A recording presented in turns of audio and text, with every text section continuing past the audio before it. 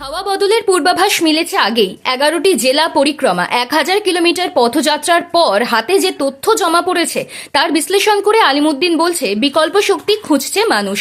সিপিআইএমের দাবি শুধু তৃণমূল নয়, বিজেপির বিরুদ্ধেও বিকল্পের সন্ধানে রয়েছে বাংলা। অর্থাৎ শাসক ও বিরোধী দুই শক্তির বিরুদ্ধে তৃতীয় শক্তির উত্থান দেখতে চাইছে জনতা। ছোট বড় তথ্যের ভিত্তিতে এবার নির্বাচনী পথে নামতে চলেছে সিপিআইএম। ফেব্রুয়ারি শেষ এসআইআর পর্ব শেষ করে চূড়ান্ত ভোটার তালিকা পেশ করবে নির্বাচন কমিশন। তারপরই ঘোষণা করা হতে পারে বিধানসভা ভোটের নির্ঘণ্ট। মোটামুটি এপ্রিলে নির্বাচন হবে বাংলায় ধরে নিয়ে রোডম্যাপ তৈরিতে নেমে পড়ছে আলিমুদ্দিন। ফেব্রুয়ারির 19 ও 20 তারিখ রয়েছে রাজ্য কমিটির বৈঠক। সেখানেই 3টে গুরুতর বিষয় শিলমোহর পড়তে চলেছে। ওই 3টি বিষয় ঠিক হওয়ার পর ভোটের ময়দানে পুরোপুরি নেমে পড়বে লাল ঝান্ডা। কোন 3টি বিষয় ফেব্রুয়ারির মেগা সভায় ঠিক হতে চলেছে? 1. শরিকদের সঙ্গে আসন বন্টন এবং জোট প্রক্রিয়া। 2. কে কোন আসনে দাঁড়াবেন, কত আসনে সিপিআইএম লড়বে। 3. নির্বাচনী ইস্তেহার। যে কোনো ভোটে যাওয়ার আগে এই 3টি প্রক্রিয়া ঠিক করতে হয় সমস্ত দলকেই। সিপিআইএমও এর ব্যতিক্রম নয়। কিন্তু অন্যান্য বারের নির্বাচনের সঙ্গে এবারের বিধানসভা নির্বাচনকে এক করা যাবে না। গত 1 বছর ধরে নির্বাচনের প্রস্তুতি নিচ্ছে আলিমুদ্দিন। ছাত্র যুব থেকে সিপিআইএম, ছোট থেকে বড় সব বিষয় রাস্তায় নেমেছে। 3টে আন্দোলন ব্যাপক সাড়া ফেলেছে, এমনটাই বিশ্বাস বামপন্থীদের। কালীগঞ্জে উপনির্বাচনের বোমার আঘাতে তামান্না খাতুন মারা যাওয়ার পর ডিওয়াইএফআই আন্দোলনে ঝাঁপিয়ে পড়েছিল। ওই আন্দোলন লাল ঝান্ডার পায়ের তলার মাটি শক্ত করেছিল। এসএফআই এর স্কুল বাঁচাও মূল বাঁচাও এই আন্দোলন গভীর প্রভাব তৈরি করেছে সমস্ত মহলেই, যা এখনো চলছে প্রবলভাবে। এবং এই তালিকায় বাংলা বাঁচাও যাত্রা, সেই সঙ্গে এসআইআর এ মানুষের হয়রানি নিয়ে আগ্রাসী আন্দোলন। আলিমুদ্দিন মনে করছে এই আন্দোলনের কারণেই দলের জনসমর্থন বেড়েছে একটু একটু করে। এবার সময় হয়েছে এই জনসমর্থনকে ভোট বাক্সে ঘোরানোর।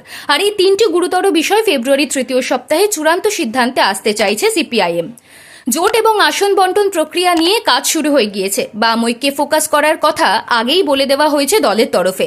সেই মতো বামফ্রন্টের শরিক দলগুলোর সঙ্গে আসন সমঝোতার কথাই চালাচ্ছেন Biman Basu. CPI RSP Forward Bloc গতবারের তুলনায় বেশি আসন দাবি করেছে, কিন্তু তা নিয়ে এখনো চূড়ান্ত সিদ্ধান্ত হয়নি। তার দুটো কারণ, প্রথমটা কংগ্রেস, দ্বিতীয়টা আইএসএফ। কংগ্রেস কি করে সেদিকে নজর রাখতে হচ্ছে। গতবারের তুলনায় এবার আইএসএফও বেশি আসন দাবি করেছে। 75টির মতো আসনে প্রার্থী দিতে চায় নওশাদ সিদ্দিকীর দল। কংগ্রেস জোটে এলে একরকম, না এলে একরকম। আসন সমঝোতা বা ভারসাম্য রেখে আসন বন্টন প্রক্রিয়া চলতি মাসের রাজ্য কমিটির সভাতেই ঠিক করে ফেলা হবে। দ্বিতীয় গুরুতর বিষয়, কত আসনে লড়বে সিপিআইএম নিজে এবং কাকে কোন আসনে দাঁড় করানো হবে। যা জানা যাচ্ছে, আলিমুদ্দিন থেকে সিপিআইএম 100 থেকে 120টা আসনে লড়তে পারে। এই আসনগুলোকে 3টে ভাগে ভাগ করে লড়াইয়ে নামার কথা আগেই ঠিক করে ফেলা হয়েছে। টপ প্রায়োরিটি লিস্টে থাকা আসনগুলোর জন্য কি ভাবনা থাকবে, কি ছকে প্রচার চলবে, আর তা ঠিক করে ফেলেছেন মীনাক্ষী মুখার্জি। দ্বিতীয় ও তৃতীয় সারির আসনগুলির দায়িত্বে রয়েছেন একঝাঁক প্রথম সারির নেতা। সব পক্ষের মতামত ইতিমধ্যেই জমা পড়ে গিয়েছে আলিমুদ্দিনে। সে সমস্ত কিছু নিয়ে কাঁটা ছেঁড়া শুরু হয়ে গিয়েছে।